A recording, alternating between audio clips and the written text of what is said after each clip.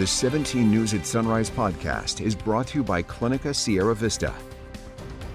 Welcome back to the 17 News at Sunrise podcast, where we share your news on your schedule.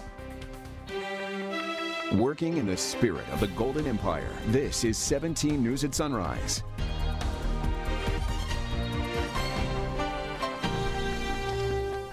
Good morning to you. I am Maddie Jansen on this Monday morning. A former Bakersfield Police Department officer, Andrew Peery, was killed in the line of duty in El Paso County, Colorado yesterday. Peery was responding to a shooting in the area when he and another officer were met with gunfire upon arrival. The man who killed Peery is reportedly still on the run, according to local NBC News stations. Peery was a Kern County native, and his father, David Peery, was a Kern County District Attorney investigator.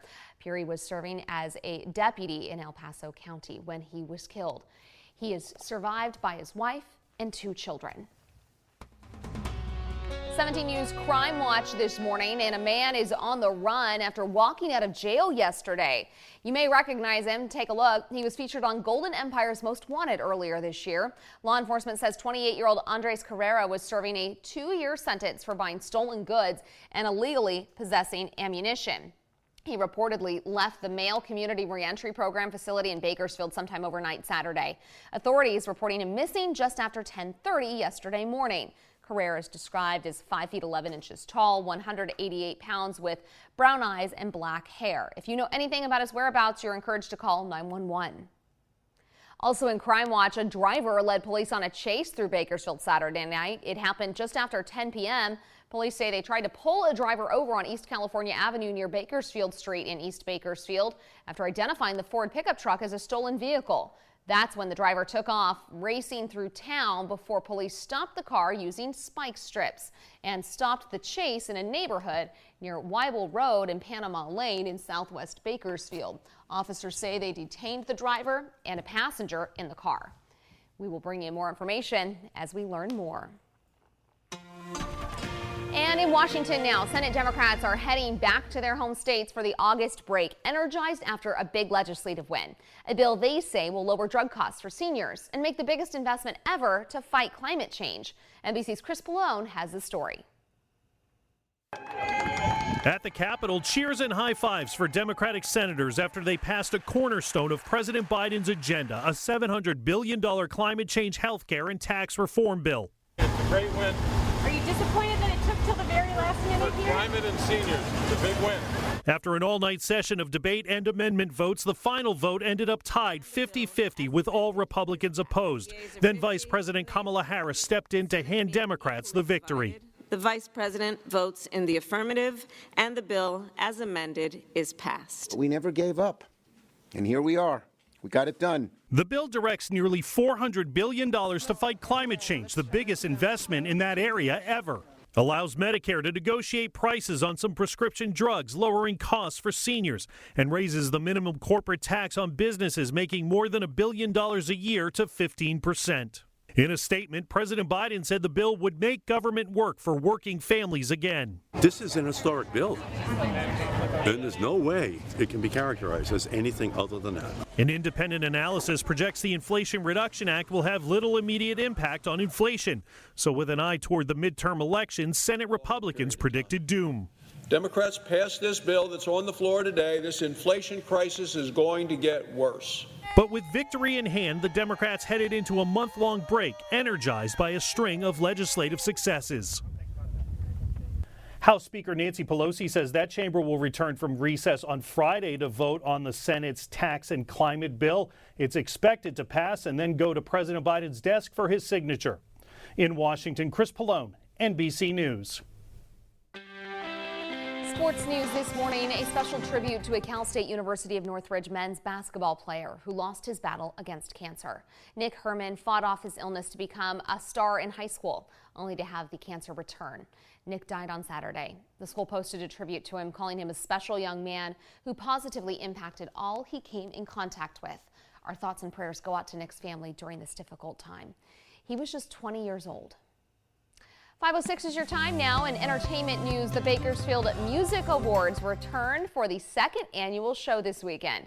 Event organizers say they want to redefine the Bakersfield sound, honoring the city's musical legacy established by country music icons, but showing the community there's more to offer.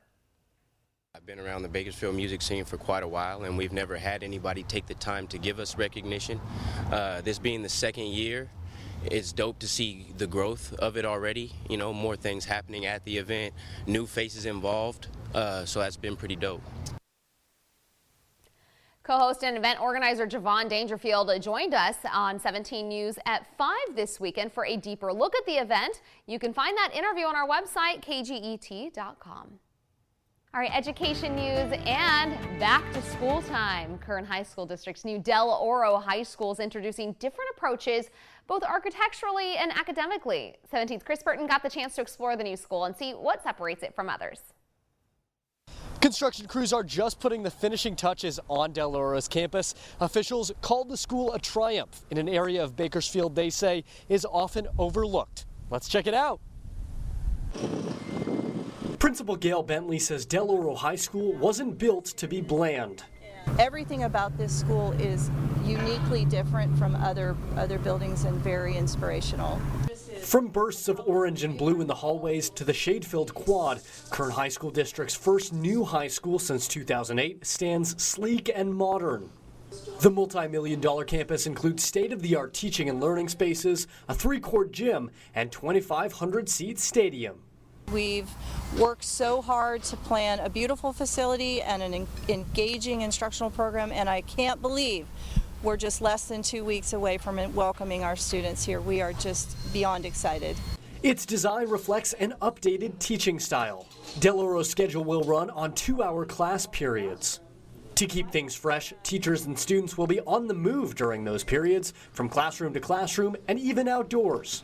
The exterior of our campus in the quad area, again, is as much an instructional space as anything else. So lots of outdoor seating, shade structures, places for students to land and work together and partner together. Staff and district officials say the campus, paid for mainly through 2016 Bond Measure K, is an investment in an overlooked community. Standing at the corner of East Panama Lane and Cottonwood Road, Del Oro will pull students from South Bakersfield, Lamont, and Arvin. Anybody who's from Bakersfield understands the community a little bit of Panama and Cottonwood, and it's somewhat of an underserved community. And to land this kind of school at this time in this community is very encouraging. Del Oro will welcome students on August 17th, along with the rest of KHSD schools. Chris Burton, 17 News. Also in education news this morning, our back to school supply drive continues today. Here at KGET, we're teaming up with the Open Door Network, formerly known as the Bakersfield Homeless Center, to help send kids back to school with all the supplies they need. On Saturday, we received a generous donation from East Bakersfield Rotary Club. They dropped off 200 backpacks to help in our drive. If you'd like to donate, we are asking for basic school supplies, backpacks, notebooks, pens, pencils, all the goods. Also, we're collecting new packs of socks and underwear for boys, girls, and teens. You can drop those off now through August 12th here at our station. That's at 22nd and L Streets in downtown Bakersfield. Making news around the nation, every law enforcement agency in central New Mexico is working together to find the person or people responsible for the murders of 4 Muslim men, which investigators say may be connected. Spencer Schott reports on the growing search. We have a very, very strong lead. We have a vehicle of interest, and we want everyone to take note of this vehicle. Sunday, police released these photos of a dark gray or silver Volkswagen they believe is connected to the string of murders of Muslim men here in Albuquerque. What we really want you to focus on is the first picture. The second picture does have notations of possible damage to the vehicle. All agencies will be keeping a close eye out for this car, both from the ground and the air. We are also increasing our air support. Now that we have information about a vehicle of interest, that kind of support is going to be crucial in making sure that in immediate and rapid effort, the state police can provide that air-to-ground information to the local police officers and state police on the ground. As they follow new leads that come in, officials also want to make sure no one else in the Muslim community is killed. We have heard from the community that the fear is so strong, there is a concern about even things like groceries and getting meals for certain folks in certain areas of town. So the city will be providing hot meals for anyone impacted by this tragedy. Along with helping neighbors get those necessities, they're also increasing patrols around mosques, schools, and setting up remote command offices like this one in Luna Linda Park and near Highlands High School. Here, anyone can pass on tips directly to officers working in the field. Make contact with officers, knock on the door. If they need someone or can't get to somewhere, they can also call 242 cops. That was Spencer Schott reporting.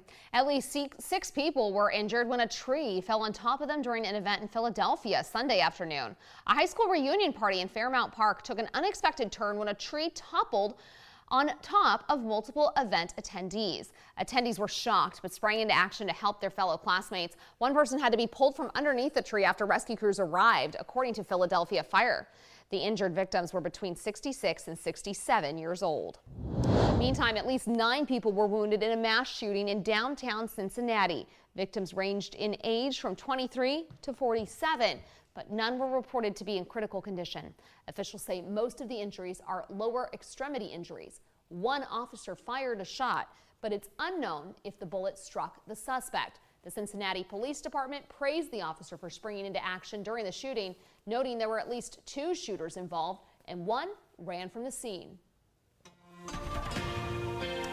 And news around the world this morning in Ukraine, there are growing fears over attacks on the largest nuclear power plant in Europe, with experts warning that shelling there could lead to a catastrophe. Morgan Chesky is in Ukraine with the latest. Global alarm over explosions at Europe's largest nuclear power plant, now operating under Russian control. The weekend rocket attack destroying high-voltage wires, forcing Ukrainian workers to limit output at one of the plant's 6 reactors. Ukraine says the risk of hitting the Zaporizhzhia plant, nearly twice the size of Chernobyl, is allowing Russia to shell cities without retaliation. Ukraine's president outraged. This is the largest nuclear power plant on our continent, and any shelling of this factory is an open, brazen crime, an act of terror. But Russia released this video today, claiming to show damage inflicted by Ukrainian forces. Nearby shelling so intense, inspectors fear they can't assess the damage. NBC's Josh Letterman spoke to the head of Ukraine's nuclear energy company. Is there a risk of a major nuclear incident? For sure. This only depends on where it will be actually pointed. He says should a rocket strike the wrong place, it could be a radiation catastrophe. Meanwhile, volunteers in the city of Poltava helping equip Ukrainian soldiers. Katarina Ovcharenko and her team weaving special camouflage for frontline fighters. Anything to give an edge. So you're not just handing out food and first aid kits, you're making silencers right here in Poltava. Yes. And this is given to a Ukrainian sniper or someone on the front lines? Yes, for free. For free? Yes, for free. I can imagine the waiting list for one of these. Yeah, we have quite a lot of people waiting for this stuff. And tonight, Ukraine says at least 1 employee was injured in an explosion Saturday when they were struck by shrapnel. But officials stress all reactors appear to be operational, and as of right now, there's no leak in radiation. And that was Morgan Chesky reporting from Ukraine. Hundreds of people have been hurt after a lightning strike set oil storage tanks on fire in Cuba. According to officials, the lightning was reported Friday night. It struck one tank at a large oil tank farm in the western province of Matanzas and sparked a fire that spread to a second.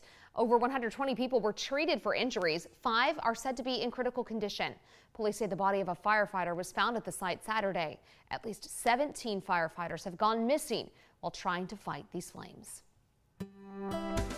Back here at home, the Filipino American National Historical Society honored more than 24 World War II veterans this weekend. Their surviving family members were given replicas of the nation's highest civilian honor.